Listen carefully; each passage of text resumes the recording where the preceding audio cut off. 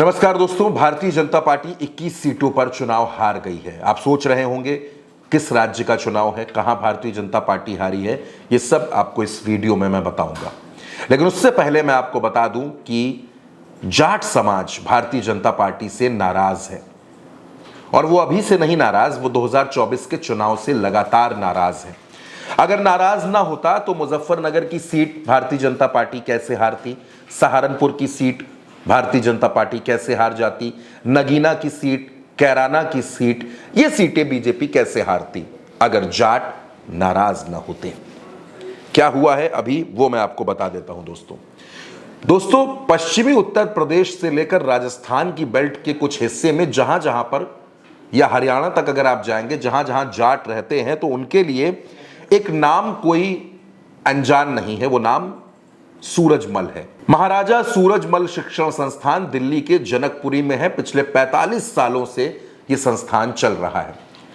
इस संस्थान का मकसद क्या है? इस संस्थान का मकसद है गरीब जाट समाज के बच्चों की पढ़ाई लिखाई की, उनके रहने की, उनके खाने की व्यवस्था दिल्ली में करना। और यह काम यह संस्था बीते 45 सालों से लगातार करती चली आ रही है। इस संस्था में समितियों का चुनाव होता है। आमतौर पर एक नॉन पॉलिटिकल इलेक्शन होता है। समितियों के जो सदस्य हैं वो मुजफ्फरनगर, शामली, कैराना, नगीना, मेरठ, सहारनपुर और राजस्थान के तमाम हिस्सों से चुनकर आते हैं। इस बार क्या हुआ?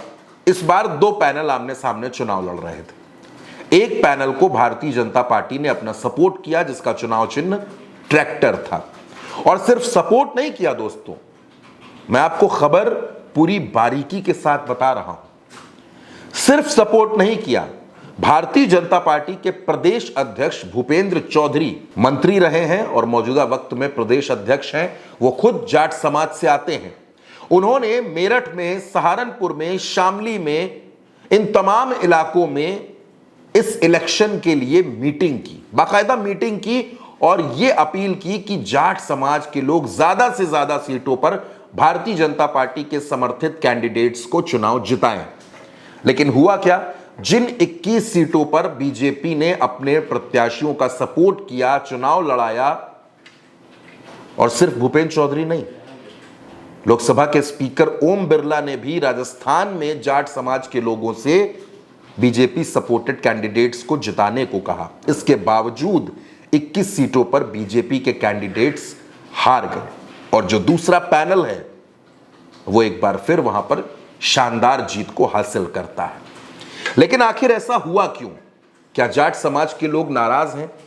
तो दोस्तों सबसे पहले तो आप समझ लीजिए कि यह संस्था कोई मामूली संस्था नहीं है।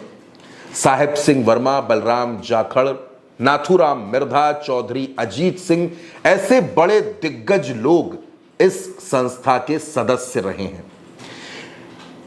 मुजफ्फरनगर के वरिष्ठ पत्रकार हैं, उनसे मैंने बातचीत करने की जब कोशिश की, उनके पक्ष को जानना चाहा, इस चुनाव को समझना चाहा, तो उनका कहना था कि जाट समाज के बीच में एक क्लियर मैसेज था कि बीजेपी ने इस चुनाव में अपने प्रदेश अध्यक्ष को लगा दिया, सांसद विधायक लगा दिए।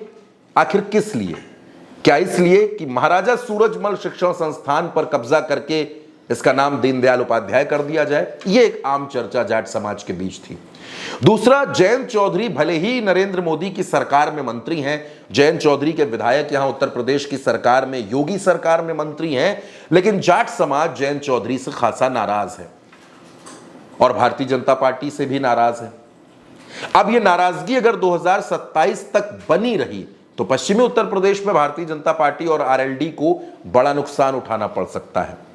मैंने आपसे पहले भी कहा कि अगर जाट समाज नाराज ना होता तो कैराना में इकरा हसन चुनाव कैसे जीत जाती, नगीना में चंद्रशेखर, मुजफ्फरनगर में हरेंद्र मलिक, सहारनपुर में इमरान मसूद, ये लोग चुनाव कैसे जीतते, भारतीय जनता पार्टी के कैंडिडेट्स चुनाव कैसे हारते।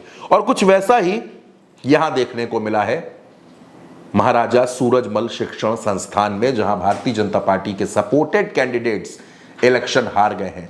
तो यह सवाल बड़ा वाजिब है दोस्तों कि क्या जाट समाज आज भी भारतीय जनता पार्टी से नाराज है? इस सवाल के जवाब में आप जो कुछ भी कहना चाहें कमेंट बॉक्स में हमें अपनी राय जरूर बताइएगा। नमस्कार।